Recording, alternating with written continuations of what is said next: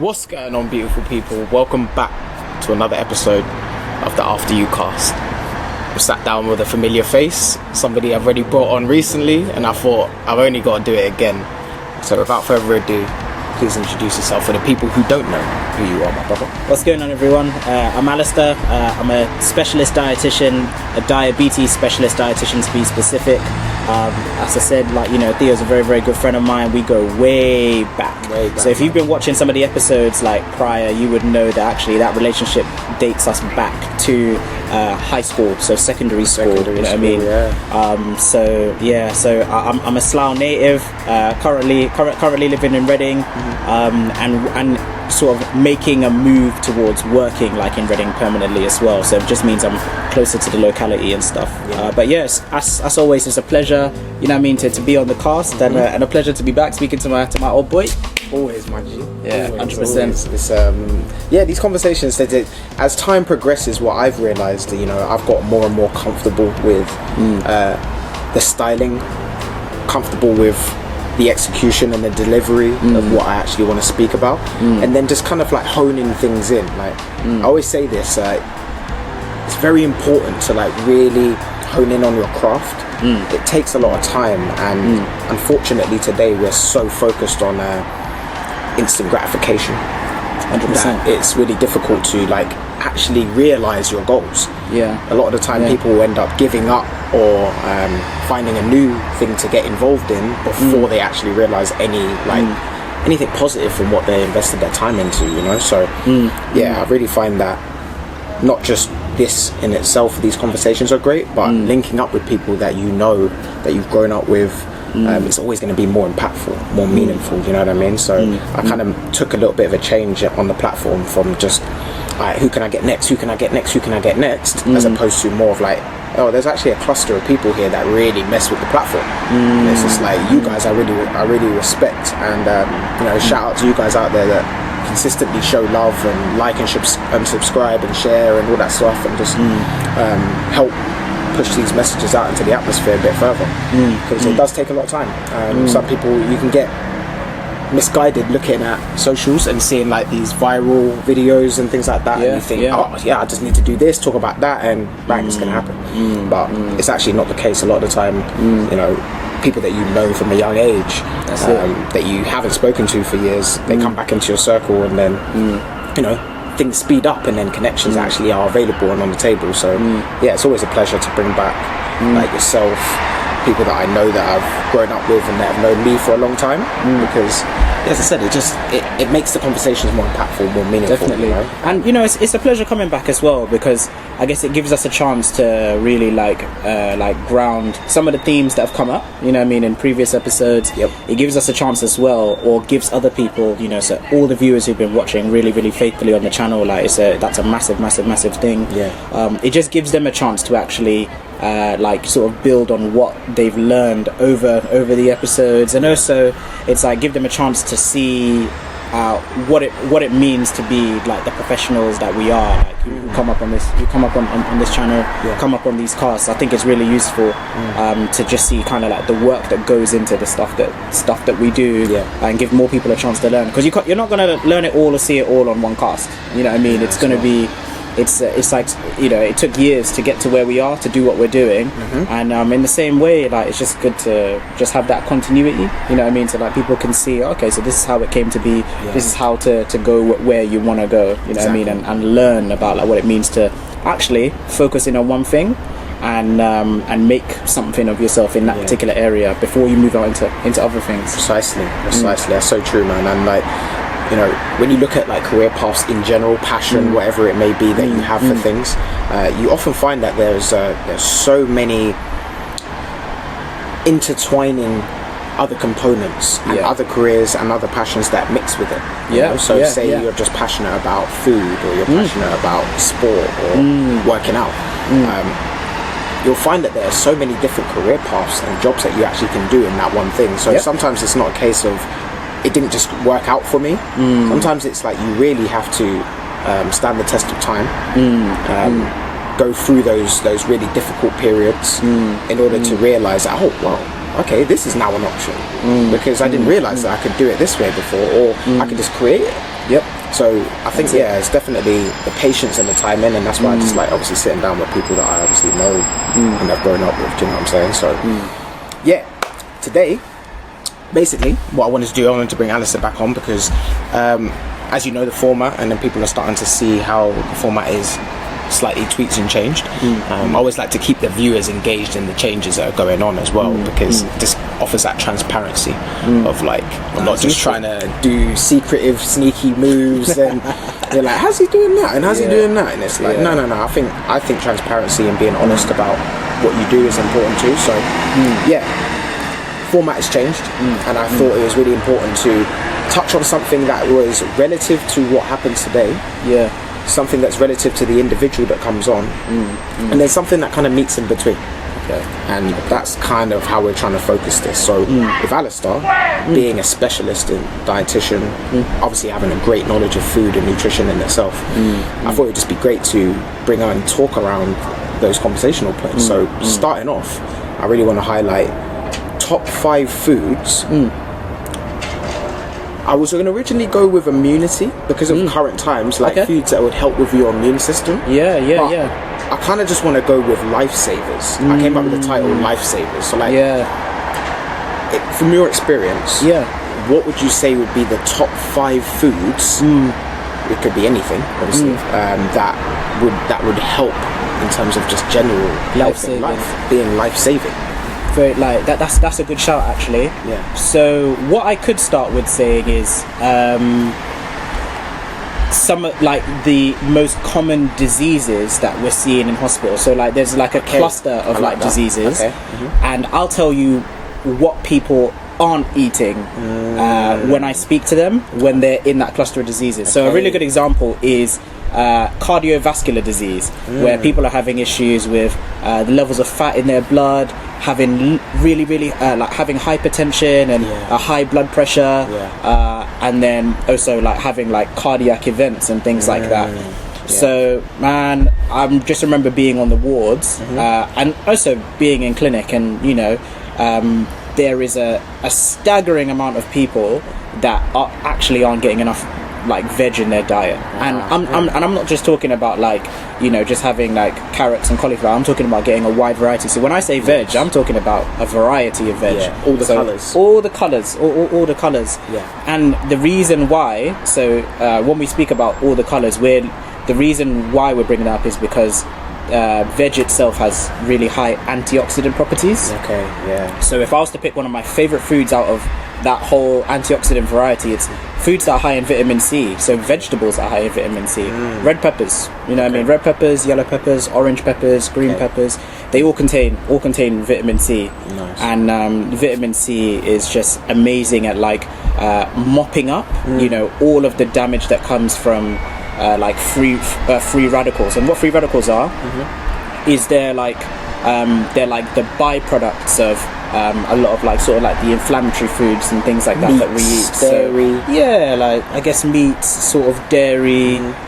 If you're thinking about like foods that contain certain preservatives like sodium benzoate and things like that, those foods basically generate byproducts that actively like oxidize your cells and can increase the risk of cancers, increase inflammation. So it's like it's attacking your body, you know what I mean? And the great thing about vitamin C is just working to mop up that damage as it goes along. So it binds up with these free radicals so that they can leave your system, you know what I mean? And actually they have like this almost this cooling effect, you know what I mean? So where the body's getting a bit puffed up, you know what I mean, it's like, you know, the vitamin C and those other antioxidants giving you that sort of cooling. So red peppers, number one. Like red peppers are very versatile as well. Eat them raw after you're giving them a bit of a wash. You can cut them up, saute them. It takes like 5 minutes to just fry in a frying pan. You can roast them. You can do a lot with them. And you know, so I'm not going to waffle on. No, that's fine. That's fine. I think it's good. I think that's important to add in as well too, because you know I'm thinking of just generally. Which is probably, I'm sure, what a lot of the audience would do. But then, like, even you just kind of, it's almost like reverse engineering it a little bit and saying, instead of targeting things that you should do, maybe you're highlighting things that you know people don't have enough of. That's it. And that's kind of where I think, you know, that's really key in diet. So red peppers. Red peppers and, like, you know, foods that are high in vitamin C. So number 2 would actually be, like I said, things that we see like later on down the line. So actually, in this country, one of the things that we do see at the end of the scale, what I mean by end of the scale is people who are maybe over the age of 70. You know what I mean? Like, there's quite a lot of people with osteoporosis and like weak bones, arthritis. You know what I mean? Rheumatoid arthritis. And you know, and because of that, it's like there's that increased risk of like falls because the bone structure just can't support the mass as well, so the balance is a bit off. And then also, if you do have a fall, if you have osteoporosis, you're more likely to snap a bone. You know what I mean, and have like a long break, you know, in your thigh bone, your femur, or you know, like your shoulder, things like that. And they're major bones as well in the body. They're major bones. And sometimes all it takes, imagine me and you know what I mean, look how like healthy and strong we are now. Later on down in life, we get to like sort of 70, 75, very independent. We're still driving, still like managing our own affairs, managing business. You have one fall, and it could change your whole life. It could change your whole life. You know, that broken bone at that age, and your reduced ability to heal as well. You know, it can be quite devastating. So the reason I brought that up is because actually, by the time I think we turn 28, we've laid down our peak bone mass. All the bone we're going to have for the rest of our life. So it's just a maintenance job from this point forward. So obviously, top food number 2, man, it's got to be calcium. Like foods that contain calcium. So, you know, so obviously a lot of people... And break that one down as well. Because calcium, I think, is... In the modern times, it's been played with a lot. Because it benefits in the gym because a lot of guys really want to get a lot of protein in. And like they'll just pack in like lots of bad milk, lots of bad dairy, because it's fat, because it's energy in it. Like it does give you gains, if you will. You could turn them into gains, but they're definitely healthier versions, especially for calcium. So 100%. Hit us with it, man. So when we're looking at calcium, like we're looking at not just dairy, but actually alternative dairy. So it's like a lot of things like soya milk, almond milk, oat milk. They're now fortified with calcium, so that means they're just adding extra calcium to it, so that it can help to meet your calcium requirements for the day. And that's fine, just so that is completely cool if they add that in as well. Because I know some people can get a bit weird, like they're adding calcium, is that fine? Like, and they're doing that because obviously, well, years and years and years ago, so obviously I think before or maybe before or just after the Second World War, like there was a huge issue with young kids getting rickets. And obviously rickets is basically a deficiency of vitamin D, right? And you know, like that was coming because obviously like kids just weren't drinking milk and things like that, which is why they made milk mandatory in schools. That's why we used to drink milk. That's why we always drink milk. The milk carton used to come. And if you couldn't tolerate milk too well, then the government made sure that any milk alternatives, so there are people who are vegans, vegetarians, things like that, like, you know, all the milk alternatives could be fortified with calcium. And actually the calcium equivalent can be the same as you maybe having a glass of milk, basically milk, like pasteurized just milk, to make sure that you meet those requirements, because the government are very acutely aware that actually all it takes is one fall in your latter years of life to change the course of everything. So you could go from being completely independent to actually your house not being safe enough to live in. You know what I mean? So maybe you actually have to either go to a bungalow or you have to go into a care home or a nursing home. You know what I mean? If there's no one else to look after you, you know, or you don't have enough money to manage things in that perspective. So the government tried to do things early by making sure people have that, you know, have that supplement in their life, you know, in the earlier times. So also when it comes to like vitamin D supplements, don't be afraid. They're very, very, very safe. And because they're very, very safe and widely available, they're very, very cheap, because everyone's competing to put vitamin D out there. So actually everybody in the UK needs to be having at the very least 10 micrograms of vitamin D every day, and that's all year round. Because obviously in this country we make vitamin D through our skin, like, you know, when the sun's out, days like today, that's why the guns are out today. Done, my brother. My man said yes. Well, yeah. I love it. But no, it's true though. Even the endorphins and the energy it gives you from actually being out in the sunshine. It's beautiful. It gives you an extra bit of energy. Exactly. I'll never fight the sun. I'll never tell the sun to go away. I love it. But but because we only really get the sun on average between May and September in like the UK, nobody is getting enough or making enough vitamin D. That's why it has to be supplemented. Okay. So basically I'm doing top foods 2 and 3. Yeah. So looking at foods that contain calcium, foods that contain vitamin D. Because it's really important. If you live in the UK, especially if you've got more melanin in your skin, then it's a lot harder to actually absorb that or keep that vitamin D from the sun. So we actually have to be eating foods that contain it. So so like most dairy foods now are fortified with vitamin D as well as calcium, and you can also get it from like non-food sources as well. So if people like things like fish, if you eat sardines, like the bones of like sardines are very, very soft, and they contain loads and loads of calcium, and also contain little bits of vitamin D as well. Nice. So it's a really, really, really good way of, once again, just getting that food in there. Yeah, no, that is really good. That obviously blending the two, because obviously calcium is good for the bones, but like that's almost like it's good for the skin. It's good for the frame that protects us essentially. And if we could even be more on trend, COVID. It's like there was quite a few studies that were done, sort of in COVID, in like the apex of COVID, and they found that vitamin D status in people who actually got COVID and got serious COVID infections was really low. So it's like a correlation between vitamin D and like people that were getting it. And what they were starting to say was actually vitamin D may have a huge link to immune function. So obviously these studies are still being done so that they can ground them. So it's much more evidence. But come on, like being in hospital, seeing someone's blood report and seeing that actually the vitamin D status, 9 times out of 10 was shockingly low. Wow. And then they had this serious infection as well. It just made you think, what could be on the other side of that? And then obviously when you were seeing people with higher vitamin D status, actually what was happening was maybe their COVID infections weren't as serious, because vitamin D is there to help with anti-inflammatory responses, right? And COVID itself is an inflammatory disease. So it inflames the lungs, and causes sort of widespread inflammation all around, makes insulin resistance worse.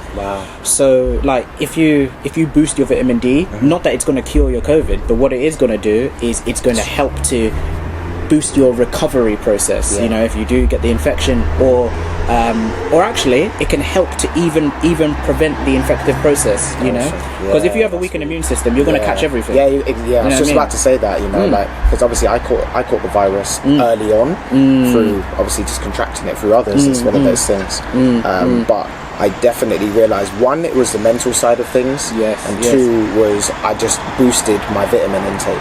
So a lot of it was the fear and stress of, you've got it now, and then the potential dangers that we know can exist. But I think it starts up there in thinking that, okay, cool, well, I've caught this, now it's about solutions. And I already had a fairly decent immune system from eating pretty well, and but I just boosted my vitamin C intake. I got a bunch of like multivitamins. Wonderful. And just kind of maintain that with the gym. And again, another thing, the gym. Working out, staying active is massive. It's huge. I was in the gym today. Yeah, man. The thing is, it's like when it comes to the gym, everyone goes to the gym for different reasons. So some people are in there because they're really trying to get that hypertrophy, really trying to load muscle mass. Me personally, I'm in the gym because just for health reasons purely. So I'll hit the gym 3 days a week. And I'll do a lot of hypertrophic exercises to build muscle, because I enjoy it. It's exciting. But also it's keeping me fit. Like having muscle mass is so important. It's huge, bro. So important, especially when it comes to like immunity. When it comes to sort of maintaining the strength of like your bones as well, and your muscles. And then when you have more muscle mass, your body is more metabolically active. So it just means that if me and you sleep for 8 hours, you know, we carry quite a bit of muscle mass. It's like we're probably going to burn on average maybe, you know, maybe 700, 800 calories, like 100 calories an hour, just being burned overnight. You know what I mean? That's what the studies have been showing us. You know, but someone who carries a lot less muscle mass and maybe carries a lot more fat mass, they're gonna burn a lot less calories overnight. So it could be like 400 to 500 calories that they burn overnight, which is why people who carry a lot more sort of central obesity and central adiposity, they tend to hold on to it's harder for them to shift weight. It's really hard because a lot of factors are working against them. I get you. But the second is, you know, they start working out, like you don't have to be doing big things. It's just it's the movement. 30 minutes. It's the movement. Engaging the muscles. When the muscle mass is there, it's doing a lot of the work. It's doing a lot of the work for you. It makes life very easy. So that's pretty heavy. So we've got calcium. We've got vitamin D in there as well. We've got vitamin C. And would say the final two, because these are good because it's like they're giving you groups of things. It's not just like one food item you can take. You can take multiple from these things. So you know, what would you say the final two in terms of, if we're sticking on vitamins, minerals? What would you say that is important? I might go to a macronutrient now, and obviously that macronutrient is protein. And obviously I say protein, and what's the first thing you think when I say protein? Well, you think of God, say meat. Aha! That's it. You said it. Meat. That's the first thing people think of. But interestingly, like protein is found in lentils, found in legumes, beans. You know what I mean? Like pulses. Pulses, really good. Probably source even of more protein. so in nuts and pulses, isn't it? It's more compacted. That's it. And then you've got it. You've got it in your nuts as well. You've got it in soya. So like soya beans, soya milk, things which like they that. keep feeding to the animals. The soya. They feed into the farm animals. Soya is actually good for us as well. So, exactly. So, and the great thing about soya as well is soya protein actually can help with the reduction of cholesterol. So if you've got high cholesterol, having soya protein in your diet can actually help with, can help your body to stop loading unnecessary amounts, unhelpful cholesterol. Unhelpful. Unhelpful. So like LDLs. That's it. Low density lipoprotein. That's it. So like once you got that soya protein in there, it's definitely going to help with all that. Protein is high up on the list because obviously protein is going to help you to maintain muscle mass. You know, most importantly, it's going to help with recovery. So when you work out, people who eat very low protein amounts and think they can do this thing by cutting all their carbs, cutting all their protein, eating very low fat and just fasting most of the time, you know, they're missing out on a lot, and the recovery time is going to take a lot longer. That's what you've been working out and things like that. When you eat protein, you're recovering 72 hours. You're seeing I can go again. So protein is definitely high up on the list. And then what would be like my final? I was going to say as well, just to add in there, that's a really good one for like the gym specifically because of protein.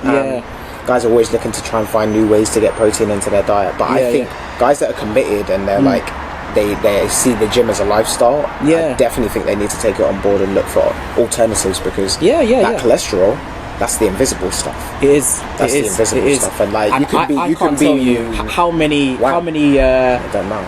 A good example is well, obviously most people are not gymming like Ronnie Coleman. You know what I mean? They're like, they're not gymming like Ronnie Coleman. Exactly. But think about it this way: like most bodybuilders, you know, are suffering from like chronic kidney disease. So they get to 55 and they're not hitting the gym like that anymore. They're still loading all that protein.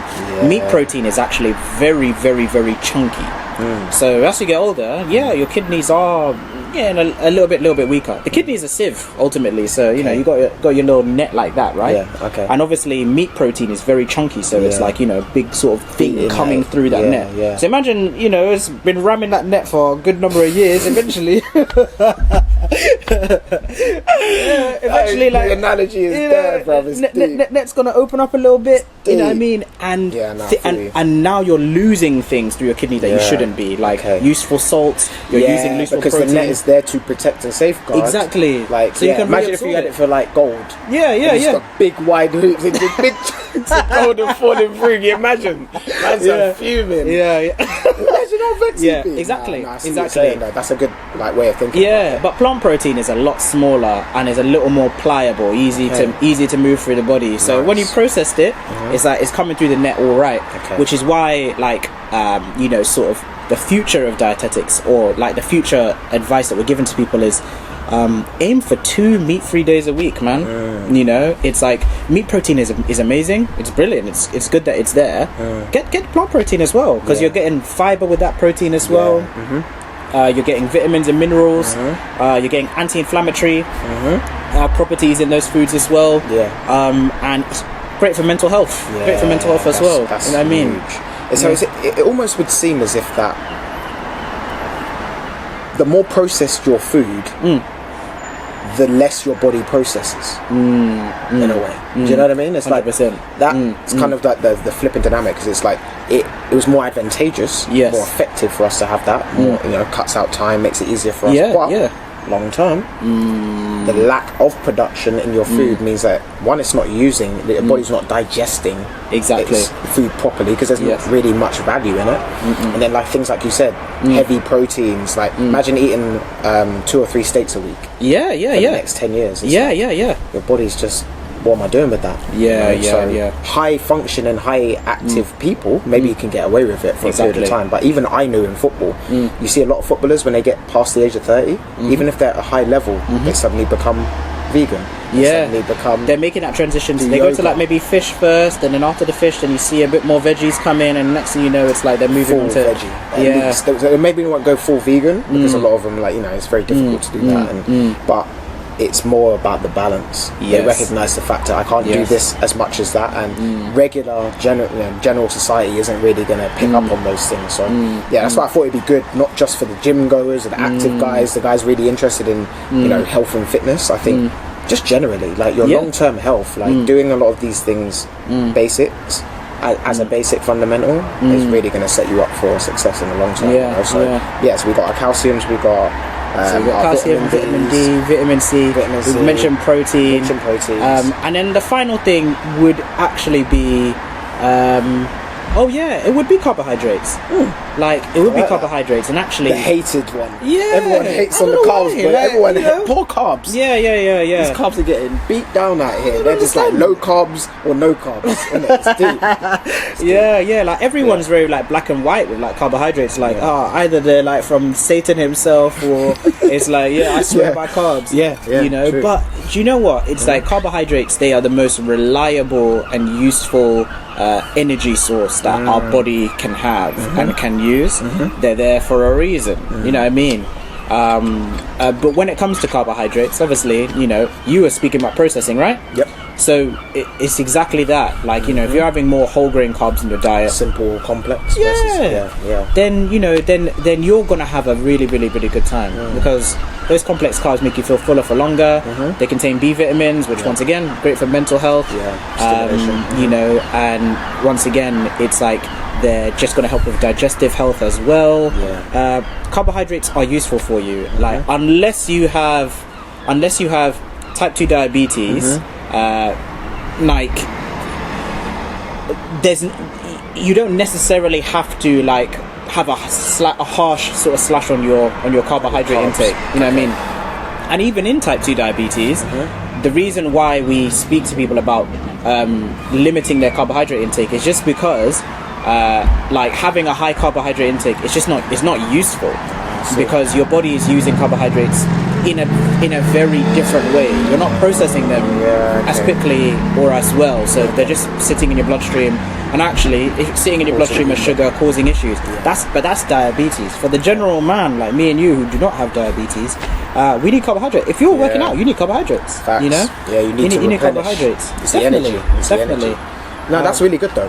Of that list, I think that's a good, because people will be able to take away select food items, but then also the actual things that are helping you.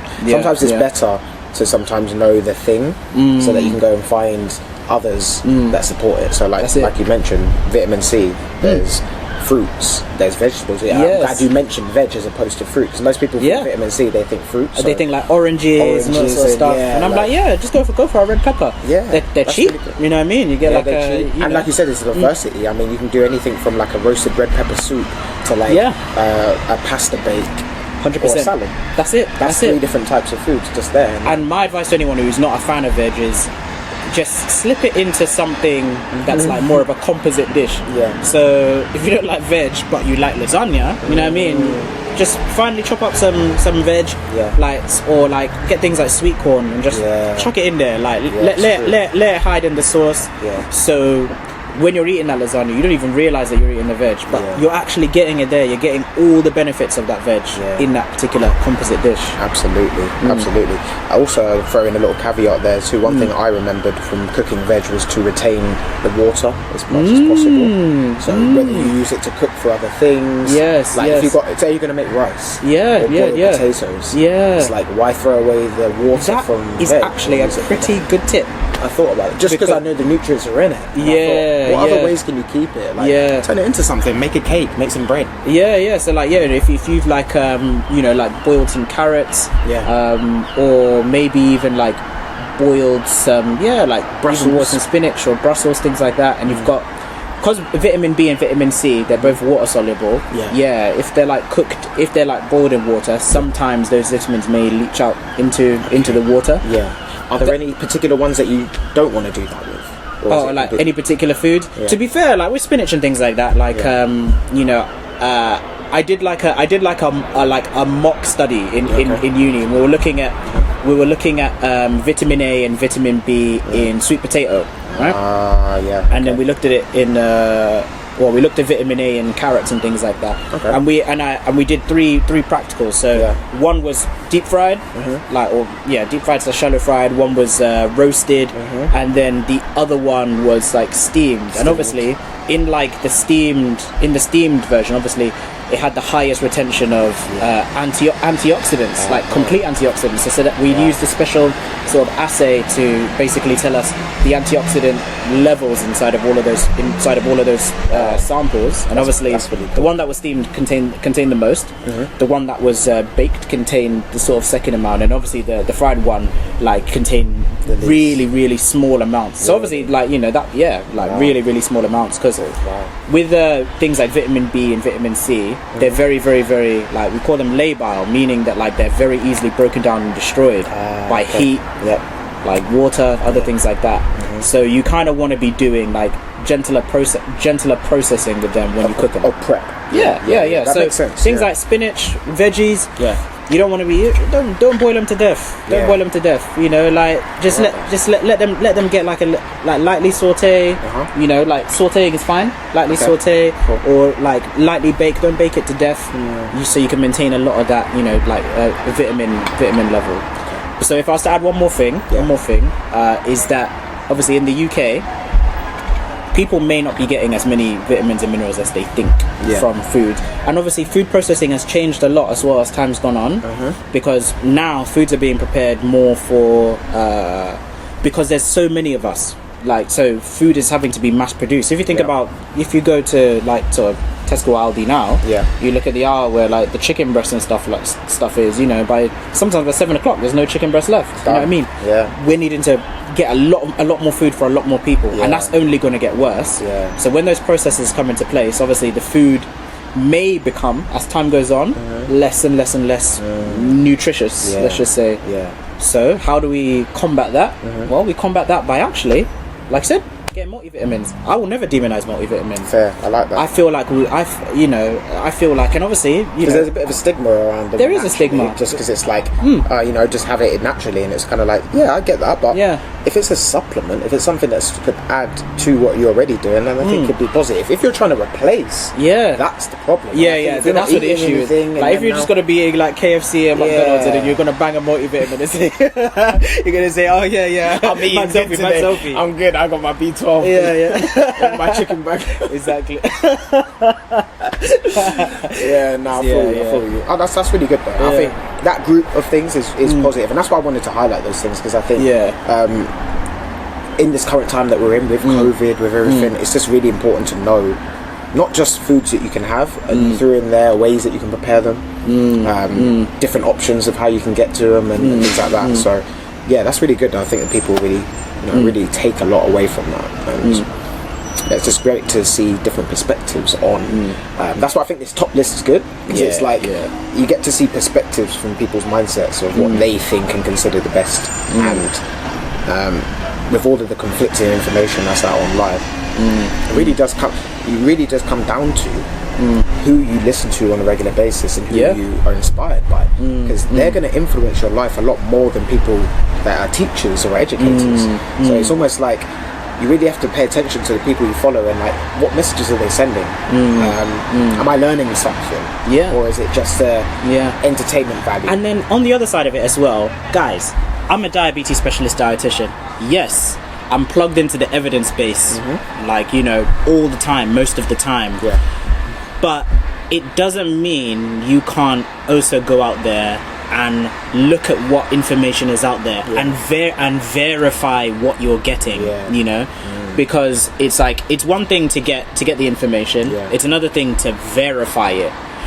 And yes, you can trust me. Like, obviously, I'm a dietitian. You should be able to trust a dietitian. Otherwise, they shouldn't be on the register, because it means that they're not doing what they should be doing, what they've been called to do.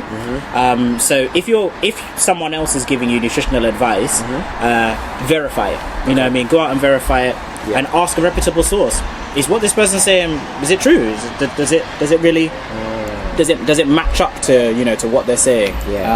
I think that's a great way. Challenge the people you listen to, essentially. Because there's so much clickbait. There's so much clickbait, and it's very.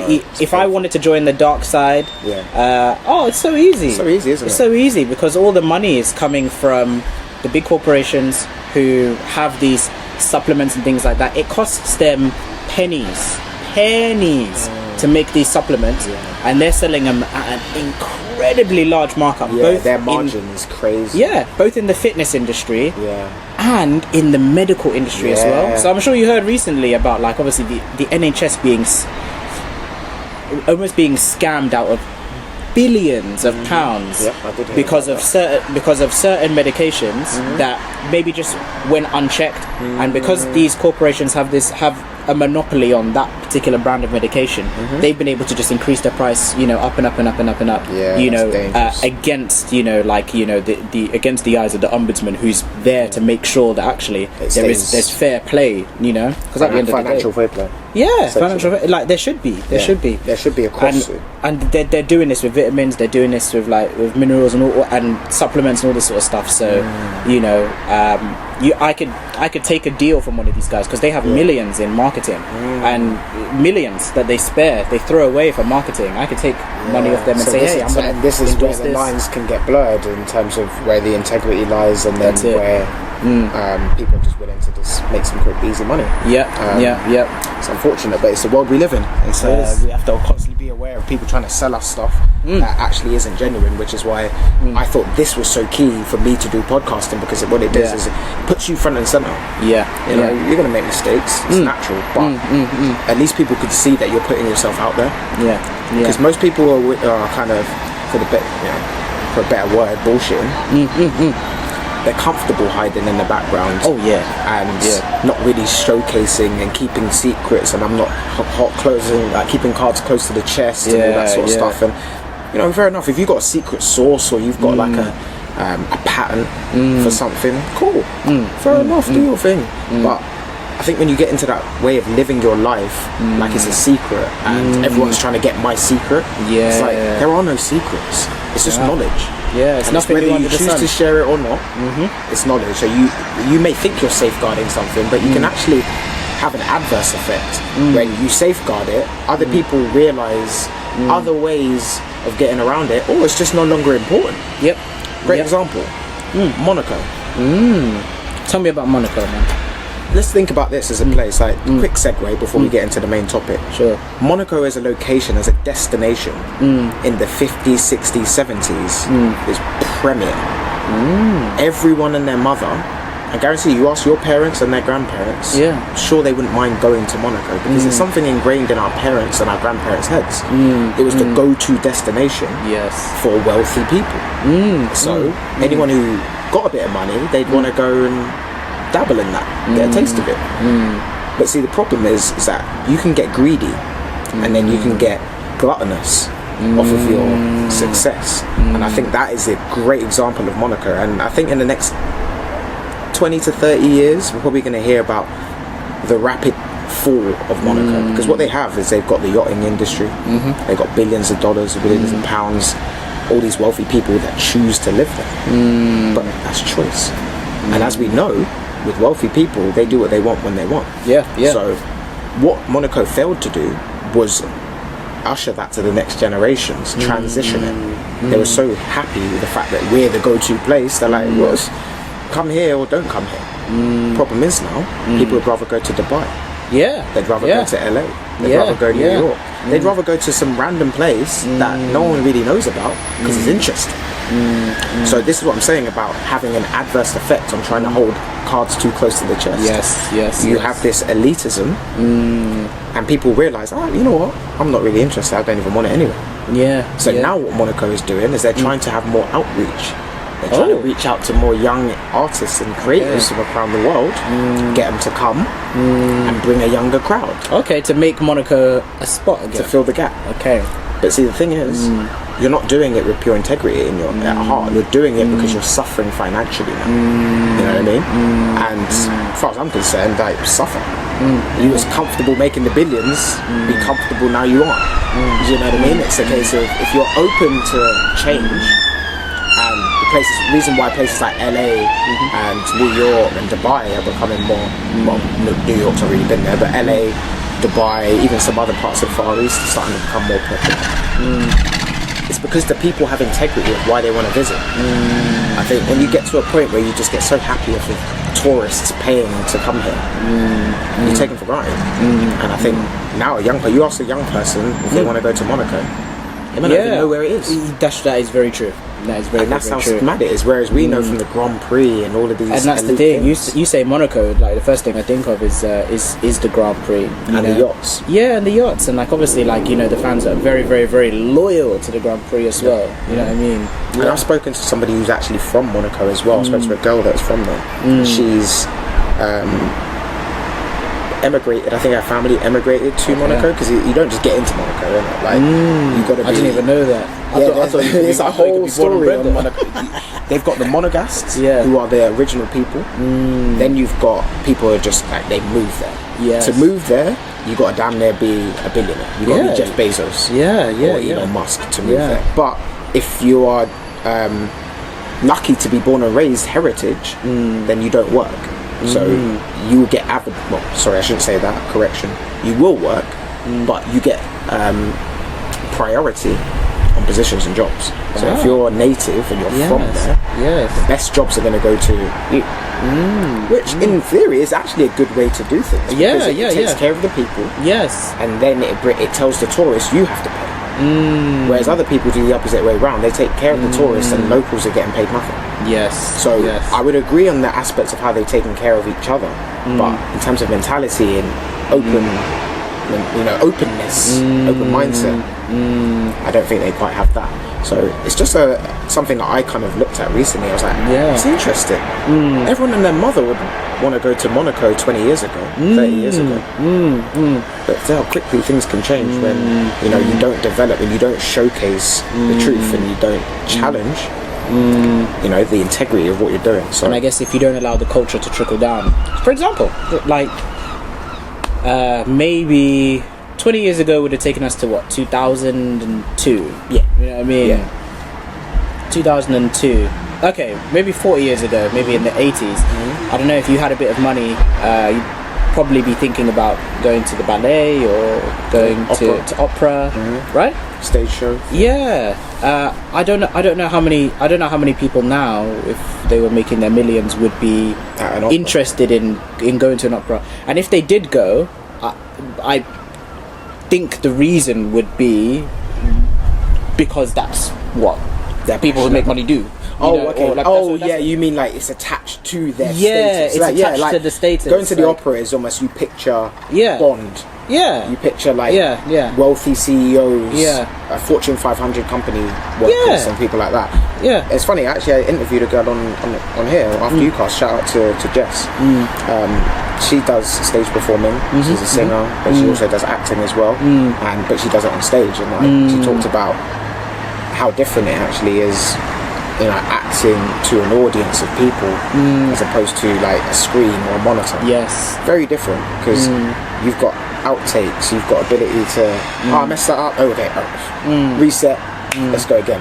Whereas when you're on a stage, you're receiving the energy and you're giving back energy to the audience. And yes. It's all about the timing, the execution, and it's very different. So like, you're right, and then like you've got voice projection, you've got your stage presence, all of those things, even like like where you're standing, full scale entertainment. It's a very theatre is very, very, very immersive, like just in itself. But you're right. Why people aren't going to share like that now? But theatre, I know people are still, it's always going to be there. It's always going to be popular. It's always going to be popular. It's going to be beautiful. Opera, I don't know. Opera is I don't know. I don't know if like my younger brother's generation or Raheem's generation, you know what I mean, I can't make their millions and then go to the opera. I don't know. I can't see it. I just don't know. I mean, the only way I could think, if it does, is if there's some form of a fusion. Like jazz has had a regeneration recently. Yes, jazz fusion everywhere now. Yes, definitely. Like the Jordan Rakes of this world. The Richard Spavens, the Yusuf Days, Alpha Miss. All of these guys are like jazz fusion, Masego. They're like fusion artists that are taking the concepts of what they probably heard our parents listening to, and they're just blending it and making it new. So, but whereas with opera, it's so finite, so specific. I'm not sure. It's a culture. It is a culture of itself. It's a cultural music in a sense, isn't it? It's not. Sad as it is to say, you think of a certain group of people. When you think of it, you think of white people.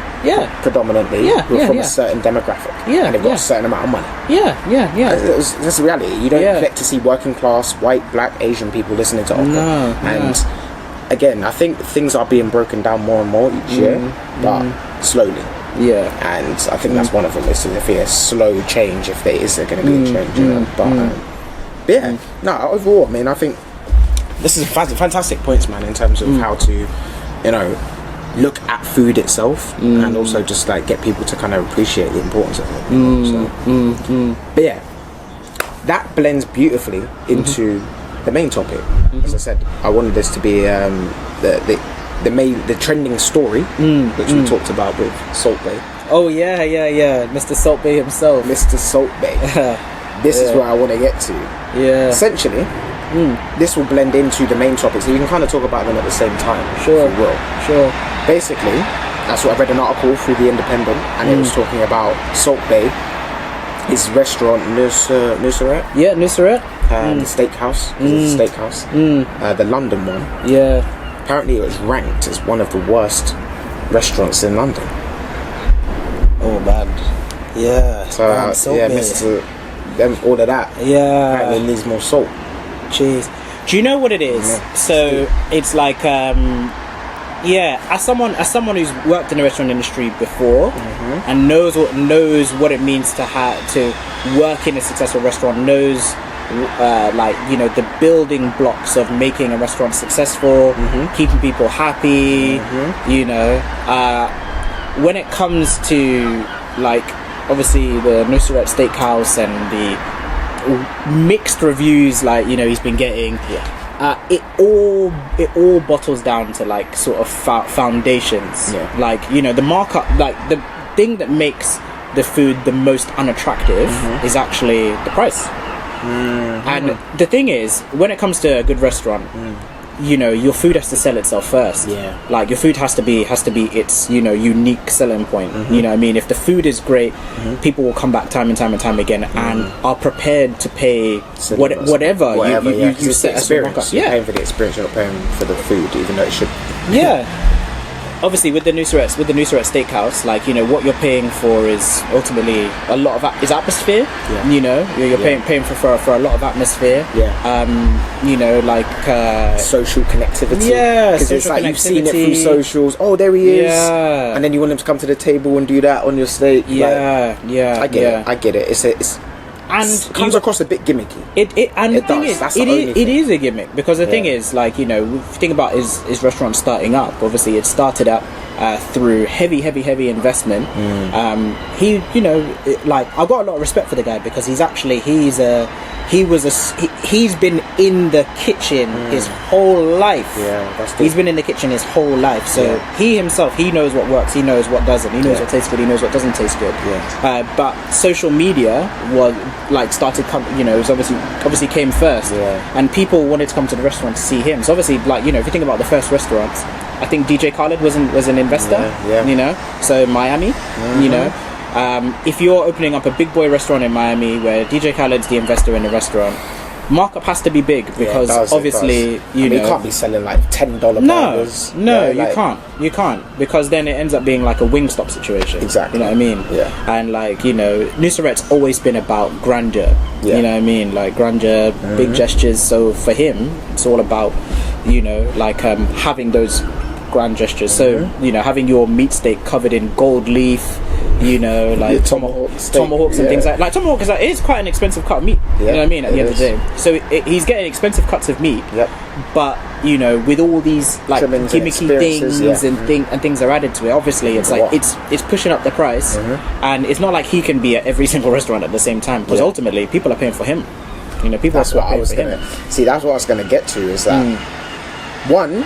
We live in a time where society is so fickle. This is why, like, whenever news stories come out, I always try to get as much evidence and information before I like formulate an opinion, because it's like people will read a story and they'll be like, "Oh, that's what it is now." You're like, "Did you verify it?" Yeah, exactly. No one verifies anymore, so that's one. But what I'd also say is that I think this is going to be fantastic for him, because yes, he's got the bad reviews, but reviews are reviews. If the finance isn't there, that's really where the business starts. Let's be honest. But if you're getting clicks online, kids, young people still showing up, what you're gonna get is you're gonna get the new crowd of crypto millionaires and the young money that's coming in. They're not gonna care about the antiquated sit down formal venue and, "Oh, waiter, you must come and hurry up with my water and my..." No, they don't care. Mans will sit there on their phones. Oh, the food's here. Oh, cool. Snap. Boom, boom, boom, boom. Oh, man's there. Oh, rah. Mans will snap it. They'll just use it for the vibe, and that's how people are. It's a rite of passage now. So, and think about where it is. Like, it's in Knightsbridge. You know what I mean? You know, like, like when your restaurant's placed in a certain place, you know, it's going to attract a certain level of custom. You know what I mean? So, like, Knightsbridge is a very affluent area, so the clientele are gonna be affluent. You know what I mean? And and the thing is, people who have been affluent their whole life, who were born into affluence, who know affluence, who know wealth. Like, you know, they have more of a refined taste for certain things. So they're gonna be able to sniff out the fact that actually I could probably get better steak in another place. You know, people who want to look affluent, however, are gonna go to like the Hakkasan. They're gonna go to, you know, they're gonna go to Nusret's restaurant because, as you said, they want to embrace the vibe and they want to look like they're doing something. And the thing is, because everyone knows that, like, Nusret is like, it's high ticket prices for all of his stuff. It's like, you know, if you can go there and status, clout. I could afford a Nusret steak. You know what I mean? What? As soon as you go home, you're just like looking at your wallet. Like, I'm not gonna. You know. They put gold on the steak. Can you give me the gold? Nah, it's crazy. These certain manners be catching the gold on their plate. That's it. And the thing is, like, gold leaf in itself actually is not that expensive. Interesting. It's not that expensive. Like, but it's everything's visual. Yeah, the gold is visual. Yeah, it is. Perception is everything. Yeah. So before, like, for example, this building. Somebody who's never seen this place before, never seen anything, and they get to come in for the first time, but they've got a perception of Slough. This is always the common denominator. What people say, oh, this is nice. Yeah. No, this is that was me. Nah, this is Slough. Yeah. I'm like, listen, you hear that? Slough. Sirens. That's what we do here. So, street. But at the same time, though, change is inevitable. Yeah. And people want to move forward. They want to grow. They want to develop. And when you're kept down for a long time, there's a lot of people silently trying to punch at that wall to try and get through. And sometimes it takes one or two people that get there at the right time. Yes. After everyone's done all the hard work and go, all right. Oh, right, that was easy. There's been 50 years worth of like hard work to get to that knocking the wall down. So I feel like Slough's at that point where it's getting close to a few key individuals are going to really send Slough into where it should be. It has to be somebody who genuinely cares about seeing Slough grow, and genuinely cares about seeing Slough. Otherwise they'll sell it out. Because otherwise they'll sell it out. That's where Slough is at the moment. It's like Slough is a huge investment opportunity. Has like a really, really, really big sort of like trade. It's a huge trading centre. Always has been. Yep. Connected to other big towns. Connected to everything. London's just down there. That's it. I mean, the new Elizabeth line. I took the Elizabeth line today.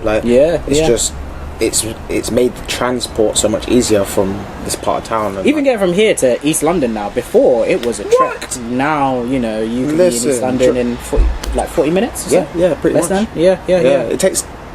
If you catch a fast train now. Yeah. There's a fast train before 7. Gets you there in like 14 minutes. Wow. To Paddington. Wow. That's fast. That is fast. Because I remember fast train being like, I don't know, 25 minutes, something like that, close to half an hour. Fast trains now, it's like 17, 15 minutes. Early, of course, but even at rush hour times, it's like 24 minutes, 25. Look at that. It's like, you can see. Man. So that's getting into the heart of London. So like where we're positioned, and then Heathrow being just there, and then Windsor Castle being just there. Like we're right almost in the middle of a lot of things that are going on. But like I said, it takes the group a spark or something to really trigger and push it over the edge. But like, man, I can see things like the Nusrettes. It's just another new age trend. I see it like, you know what I mean, like Uber. Like these new do you know what it is like? Because with culture as well, we live in a time now where there isn't enough, like I would say, cultural saturation. So like we are not enjoying things for long enough. True.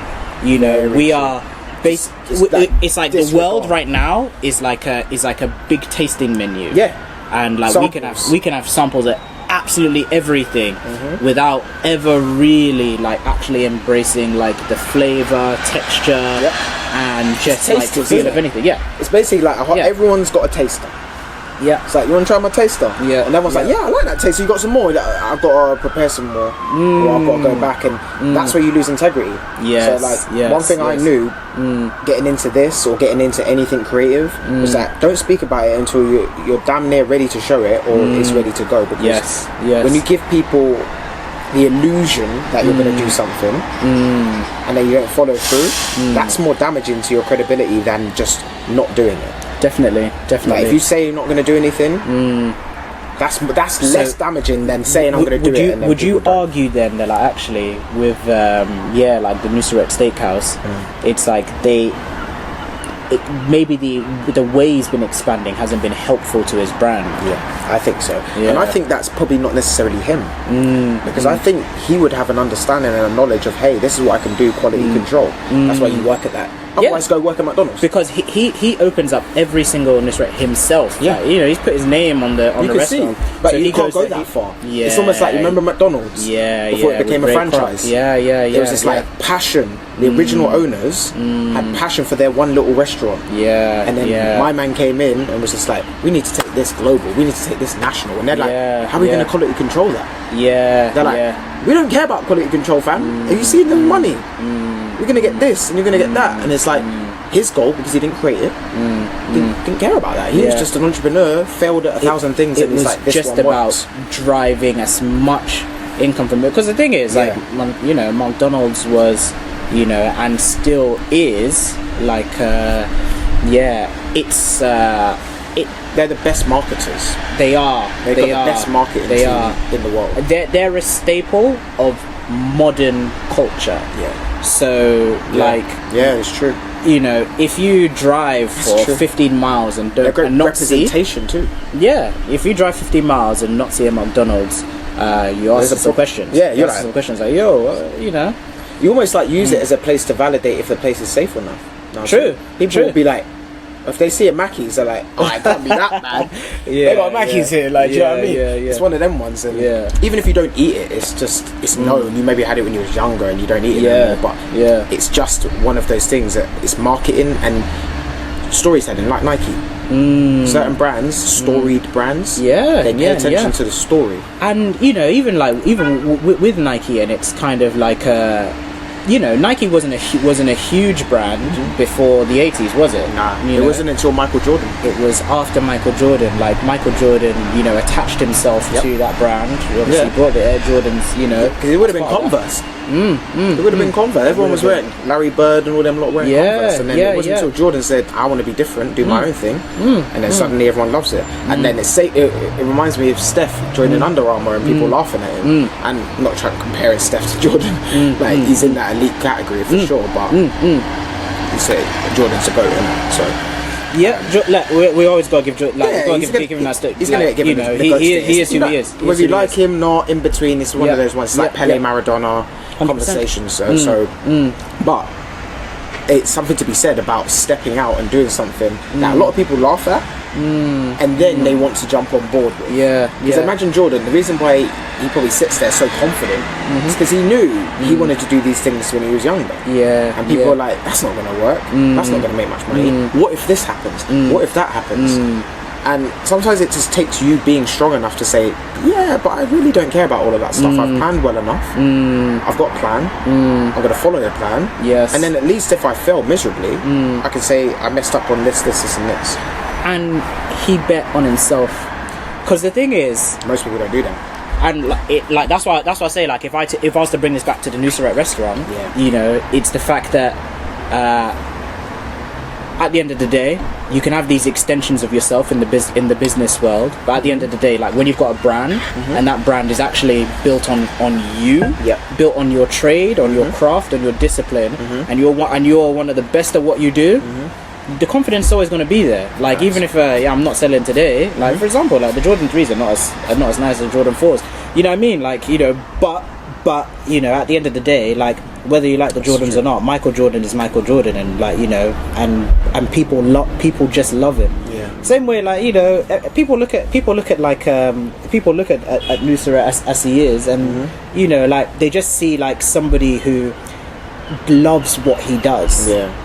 So you fall like, you love to laugh at it. Like, I've seen people online, should I say, love to laugh at what he's doing. And like, oh, this stupid guy just like sprinkling salt onto your food. And thinks he's special. And you're like, man, like, one thing I've tried to do as I've gotten older is never develop a negative attitude towards somebody who's displaying passion.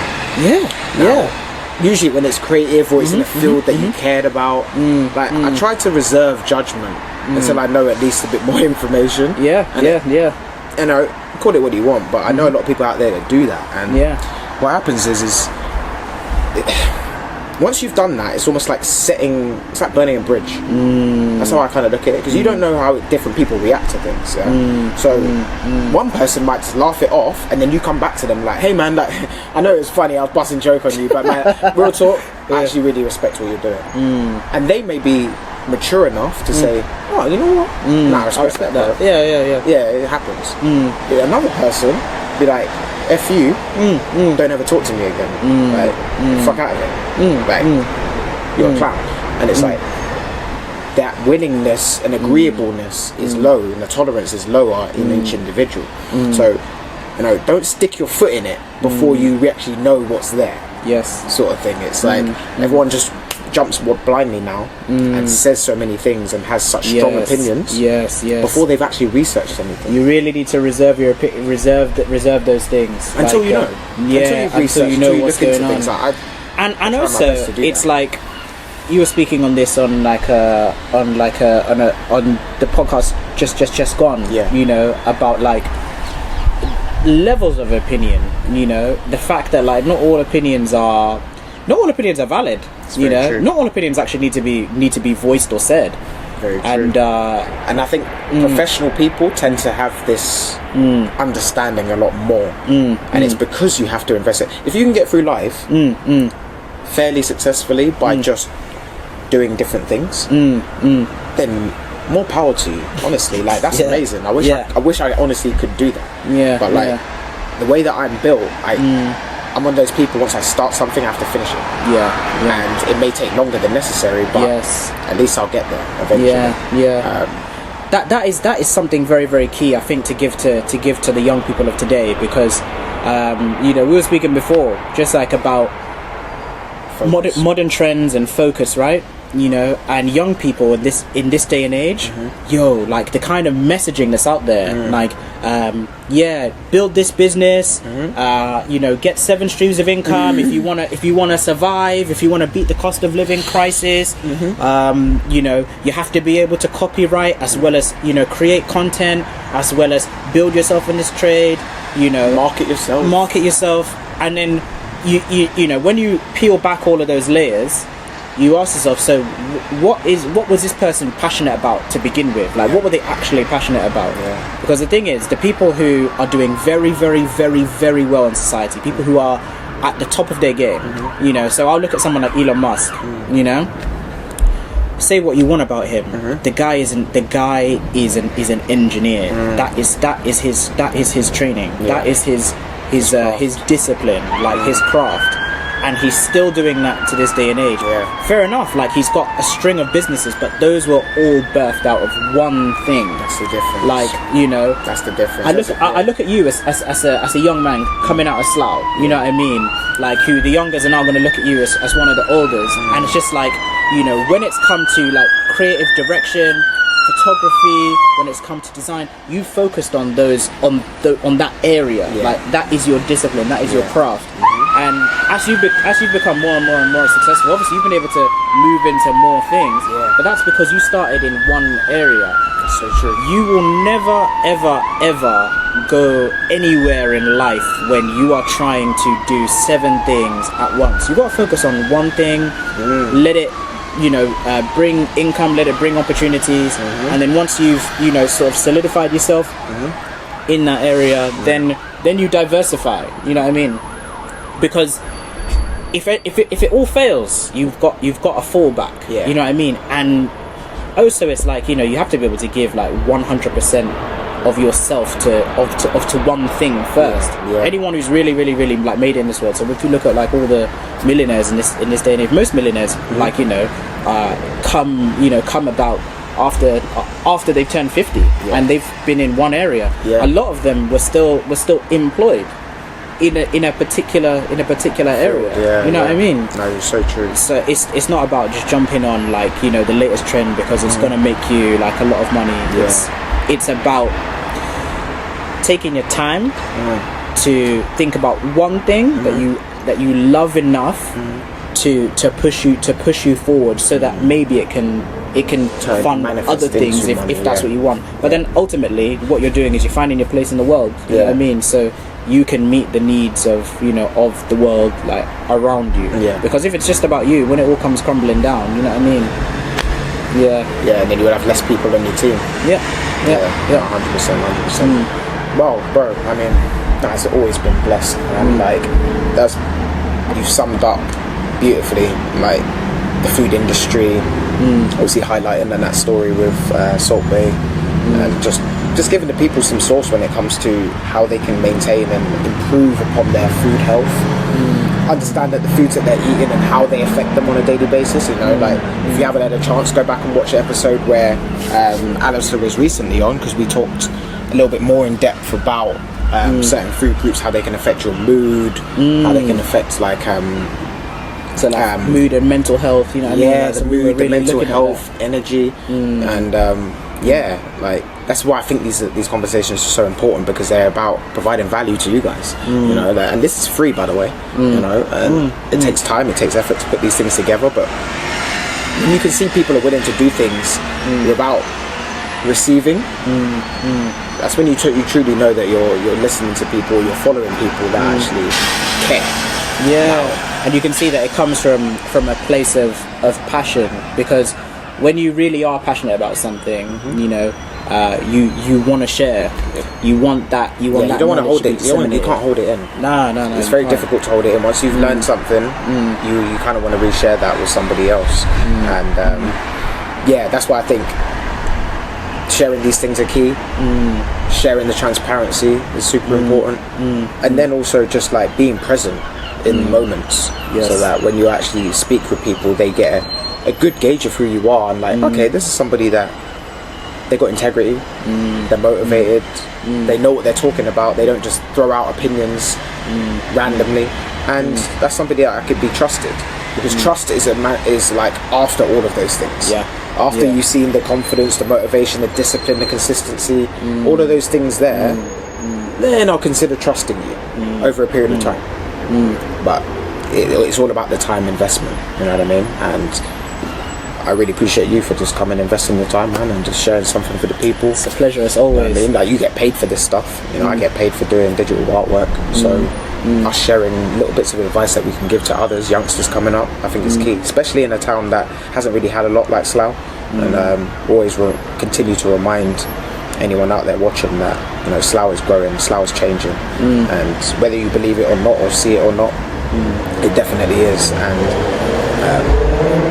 being a part of it is a positive thing. You can never really say this is what I'm going to gain from it, this is what I'm going to take. But I think a lot of the times when you do that, you don't really gain much anyway. You know what I mean? It's like if you're always sitting there waiting, like, I'm only going to do this if this is there. Like, I'll only help you on this project if you do this for me. That constant seeking of a reciprocity and needing something back. It's almost like what I realised when things started to speed up and improve for me was when I kind of put that to the side a little bit. Understand you don't want to be used and taken advantage of, but if you're constantly always looking for something in return for giving knowledge, information, anything, then, you know, don't be surprised when you're on your own island at some point. Because that's what we have a lot of now. Everyone's their own island. They are, and like if you seek for your like reward, like in the here and now, you'll get it. You'll get it. But when you're not so like focused on that, you know, sort of, let's just say, like reward in the quick run, often other opportunities are birthed on the other side. You know what I mean? Where you just get the opportunity to just do things that you're passionate about. You know, instead of doing things just because they're going to bring financial gain. We're in a cost of living crisis. You know, we understand that, you know, people have to eat. You have to eat. People have to live. But do not forsake your passion.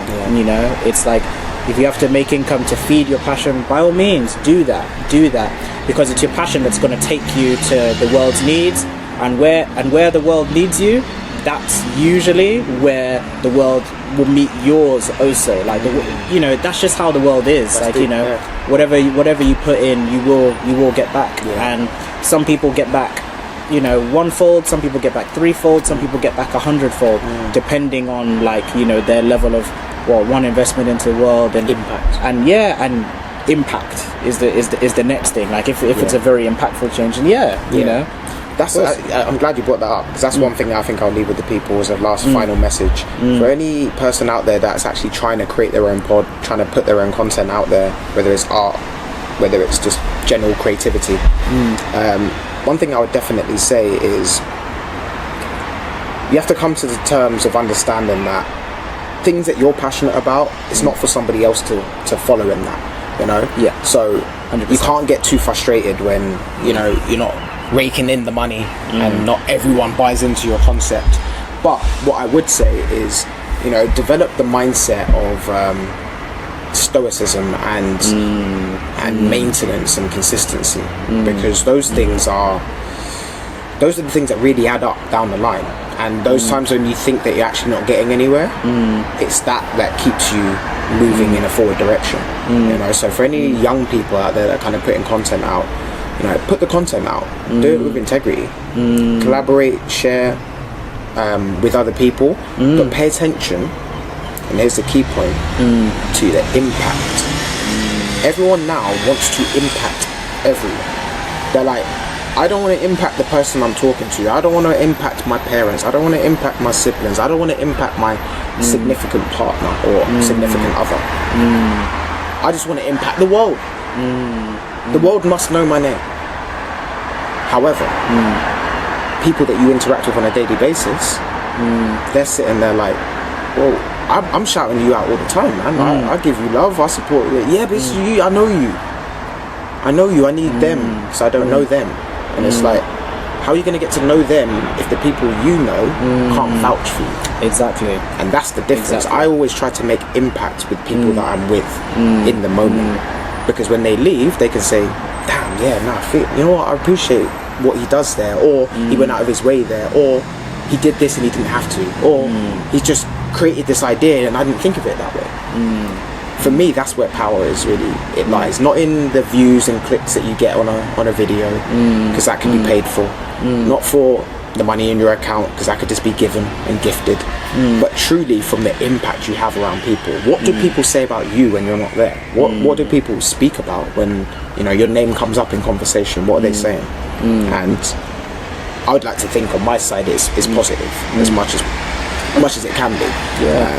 Not everyone's gonna like you, but and not everyone is supposed to like you exactly either, but the respect, you know what I mean? But the respect's always going to be there. A good example of that is, you know, you think about someone like KSI when he first started out. You know, not everyone liked him, but you'd be a fool if you don't respect him. Oh yeah, you'd be a fool if you don't respect like what he's done. Yeah, like, his work ethic, the consistency, you know. And yeah, obviously he's got 7 or 8 things going for him now, maybe more than that. Yeah. But he started from one area, you know, and he honed in. He still does it now. And he still does it now. He honed in on it. Yeah, 100%. So yeah, you got to have that integrity, man. That's it. Very good final message for the people. Maintain your integrity, man, and just impact the people around you. Don't focus on the 10 other people you don't know yet. Focus on the 2 or 3 that you do know. Impact them as best as you can, so that when they go out into the world, they shout about you, you know, in a positive way. So, but that, yeah, man, it's been blessed. I know we can sit here and talk forever. As always, bro. As always. But the brilliant Alistair Kumi. Just great to have you on here and to share your professional advice and your knowledge and what you've gained. And yeah, we'll continue these conversations and come up with more talking points. For you guys that have been tuning along, appreciate you as always for tapping in. We always try to keep this content coming consistently, and yeah, just keep bringing new different ways to bring and pass forth that knowledge, so that people can take it on board and do with it what they will, you know. So yeah, really appreciate anyone that's tapped into the content and has shared anything and supporting. If you do like this content, like, share, subscribe, dropping episodes once a week. You'll get to see brilliant people like this gentleman, and yeah, many other people that I know as well. So stay tuned, stay locked in, and I hope you guys are enjoying this brilliant weather that we're having as well right now. Yeah. Get yourself some vitamin D. And 100%. You know what I mean? But yeah, until the next time, my brother. Thank you very much for having me. For you guys, wherever you listen to this message, hope you have a brilliant day, and I will catch you as always on the next episode. Peace and love.